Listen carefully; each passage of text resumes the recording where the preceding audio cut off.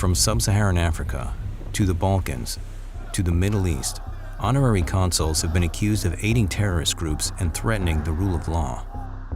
If they're moving any product, including cocaine, weapons, precursors for chemical weapons, on private jets, those jets cannot be searched. We knew that this was a vulnerability.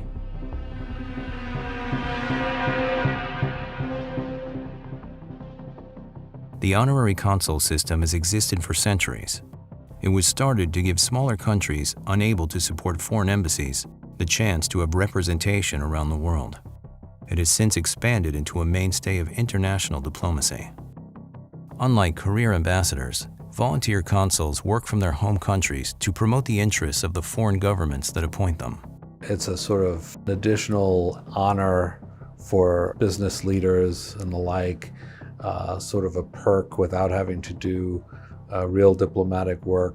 The ideal honorary consul candidate, if it's being done right, is somebody who does have an ancestral tie to country X, who has enough financial resources, and who has the time and the interest, as well as the contacts, to get good press for country X.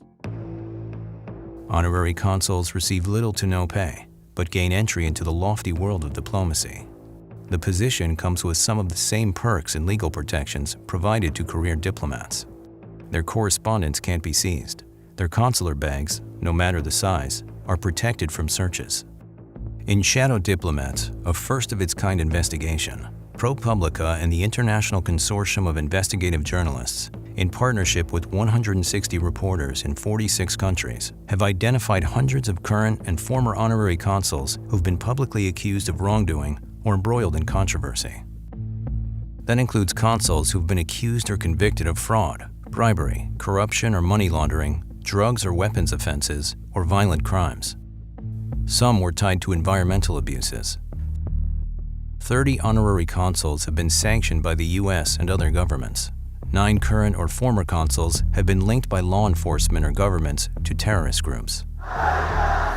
Most of those consuls were tied to Hezbollah, a Lebanese political party and militant group. Hezbollah attacked and killed 241 US service members in Beirut in 1983. The United States designated Hezbollah a terror organization in 1997. Jack Kelly, a retired drug enforcement agent, spent a decade investigating Hezbollah's financial worldwide network. What we noticed was that these high-level operatives and members of the Lebanese diaspora that were significant members of Hezbollah's growing drug cartel also happened to be honorary consuls to West African nations. So we knew right off, of course, that implies limited diplomatic immunity. At the time, Kelly was helping lead a federal operation called Project Cassandra. Its mission was to dismantle Hezbollah's sprawling criminal empire. We were working with a lot of people in the intelligence community, and then our intelligence and investigative counterparts around the world all realized, oh, well, this is a 6-continent concerted effort going against one thing, this Hezbollah drug cartel. One honorary consul was a Lebanese businessman named Mohammed Bazi.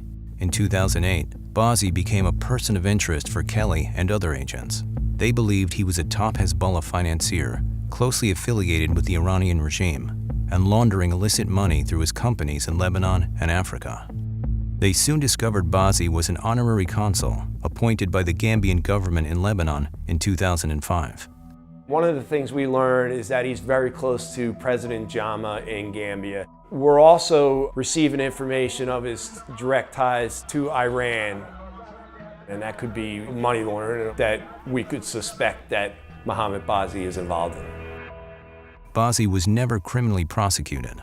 In 2018, the US sanctioned him, designating him a Hezbollah financier, while noting his close association with former Gambian President Yahya Jammeh, who was accused by a Gambian government panel of kidnappings, rape, murder, and torture. It's got to be the height of irony to have someone like Mohammed Bazi be honored anywhere in any form, let alone as honorary consul. Obviously, Mr. Bazi was very instrumental in helping the president of the Gambia pillage his country.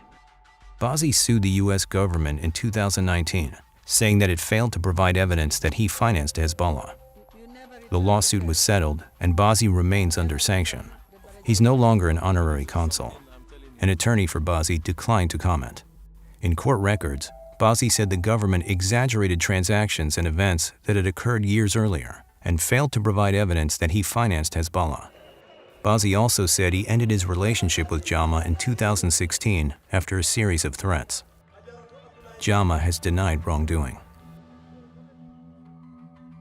As Kelly and Project Cassandra pushed forward, New Jersey attorney Gary Osen was busy analyzing the organization's deadly campaign against U.S. service members in Iraq. The research turned up references to honorary consuls linked to Hezbollah's finance networks. In 2019, Osen filed a lawsuit on behalf of hundreds of Americans, including members of the military, who were killed or wounded in Iraq. The complaint alleges that Lebanese banks provided extensive and sustained financial support to the terrorist group as it supported attacks in Iraq by roadside bombs and other weapons that the lawsuit links to Iran and Hezbollah. Quds Force, along with Hezbollah instructors, train approximately 20 to 60 Iraqis at a time, sending them back to Iraq, organized into these special groups. During the Iraq War, they were responsible for the deaths of over 600 U.S. servicemen and women in IED attacks using what is called EFPs. This unit of Hezbollah that we were going after, they were responsible for showing the Shiite paramilitaries in Iraq how to use these IEDs against American forces. EFPs, or explosively formed penetrators, are a weapon system really perfected by Hezbollah in their operations against Israel and Israeli armor in southern Lebanon in the 1990s. In 2004, when Iran decided to escalate its attacks on coalition forces in Iraq, they tasked Hezbollah with introducing EFPs and to help develop the capabilities of the Iraqi proxy groups to begin to attack U.S. armor.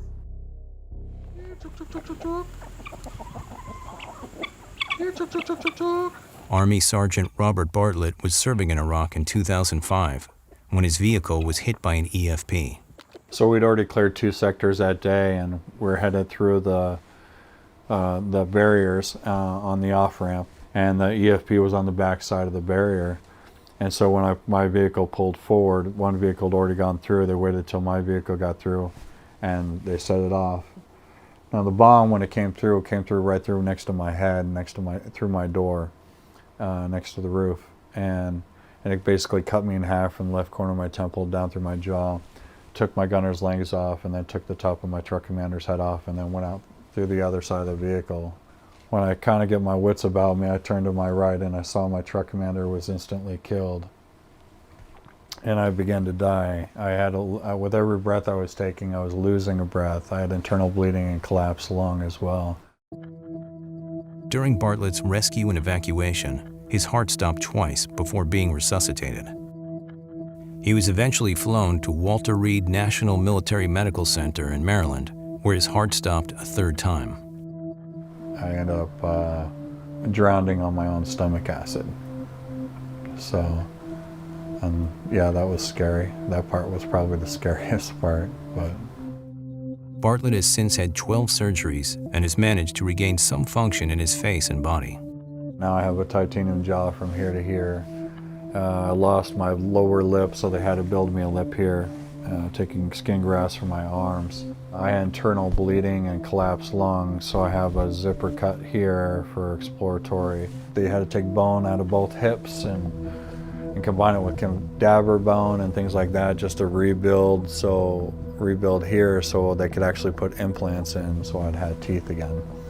So I spent 4 years of surgeries really, and then the last 6 months was just really recovery and getting out of the military. Robert is an extraordinary person who has endured more suffering and hardship than I think any other human being can imagine. If you've met with Robert, you realize that you don't have to die on the battlefield to give everything and more of your life. Come on, Lulu. Lulu, no, no. Bartlett was all in when Osin contacted him about filing a suit against banks and financial institutions with alleged ties to Hezbollah. I was just happy to do it. I mean, my buddy was killed. He's got 2 daughters, and they grew up without a dad. And, you know, we didn't attack Iran, so why were they involved in attacking us? So that's kind of that's exactly how I see it. So I just want to, any money we can take away from their actions on killing more Americans in the future, or anybody else in the future who they deem enemies, that's okay with me. The lawsuit is still ongoing in federal court. While investigating the banks, Osin found that Mohammed Bazi, the sanctioned former honorary consul for Gambia, held an account at 2 of the banks. The banks have denied wrongdoing, saying in court documents that they categorically abhor terrorism and all unjustified acts of violence. The banks also said the complaint did not identify transactions for anyone connected to Hezbollah. Hezbollah's use of honorary consuls remains a threat to global safety, say Osin, Kelly, and other experts. In March, the Treasury Department sanctioned a prominent businessman and honorary consul in Guinea. He's accused of funneling money to Hezbollah alongside another businessman, also sanctioned, who allegedly used his honorary consul status to move in and out of the country with little scrutiny. Both men have denied wrongdoing. Setting aside all the terrible things that Hezbollah did in Iraq and the killing and maiming of American soldiers, you know, that's only one cost. The trail of misery that this organization and its facilitators create is really incalculable. After going decades without using them, experts say the Russian government now uses honorary consuls as part of a strategy to move public opinion in the Kremlin's favor and weaken the influence of pro-Western governments, particularly in countries like Montenegro. In 2015, Russia named its first honorary consul to Montenegro, a tiny Balkan nation on the Adriatic coast. The consul, Boro Jukic, was a Montenegrin with Russian connections. He set up a consulate office in a popular district in Budva, a coastal city teeming with Russian tourists and investors. At the time, Montenegro was seeking NATO membership, making the country a high-stakes battleground between Russia and the West. In 2016, Montenegrin authorities disrupted an election-day coup attempt by Russian military intelligence operatives and others who had plotted to overthrow the government and kill its pro-Western prime minister. We have gathered here today to mark a historic occasion. Montenegro joined NATO the following year. Welcome to the alliance, Montenegro. Thank you. Months later, according to records obtained by ProPublica and ICIJ, as well as reporting by local media, Boro Jukic, the honorary consul, signed founding documents to create a Kremlin-backed right-wing political party led by Marko Milicic, a well-known anti-NATO populist leader. Boro supports this political party, the True Montenegro, a small party led by a pro-Russian local politician. And their headquarters are in his house in Gorica neighborhood, in Podgorica. And you can see him from there taking place in all these church events. He's with the Russian Patriarch. He's meeting with the highest ranking members of the Kremlin elites. Boro Jukic served as honorary consul for about 4 years. In 2018, the Montenegrin government stripped him of the title.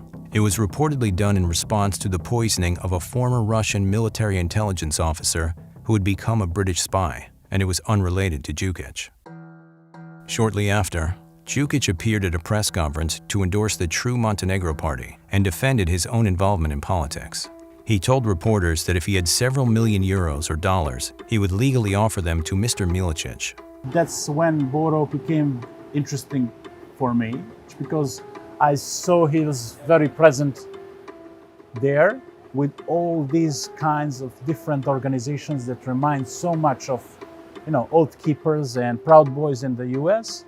Since his dismissal, Jukic has been active on social media, posting pro-Kremlin content, including a photo of himself with Alexander Zoldystanov, the leader of a pro-Kremlin motorcycle gang called the Night Wolves. The U.S. Treasury Department previously sanctioned Zoldystanov for leading an organization that recruited fighters and committed crimes during the 2014 Russian invasion of Crimea. He could not be reached for comment. In another photo, Jukic posed with a machine gun in front of a wall of military weapons. Jukic was part of a faithful network of honorary consuls embedded by the Russian government around the world. Putin, who is obviously a master of soft power, has reinstated the honorary consuls to Russia, and Russia now has a lot of honorary consuls. And he has done that because he understands that honorary consuls, if they are doing what they're supposed to be doing, can be very useful in trying to present Russia in a more favorable light to other countries. Jukic did not respond to requests for comment, but has publicly denied acting improperly as consul. 4 years later, the True Montenegro Party remains active in politics, as do pro-Russian interests. In September, authorities expelled 6 Russian diplomats who were suspected of espionage. Filipovich blames Jukic, among others, for the political unrest in a country that has struggled to establish an identity since becoming a sovereign nation in 2006. He meddled directly into the country's politics. He was supporting all these extremist, radicalized groups of people. He went far beyond what an honorary consul should do. In the weeks since the Shadow Diplomats investigation, governments around the world have called for reform. Experts in international diplomacy and national security say the world's governments need to do far more. That includes examining honorary consul nominees before they're approved and tracking their activities once they become consuls. The countries that are the worst offenders, they will never agree to real reform of the system because it's not in their interest.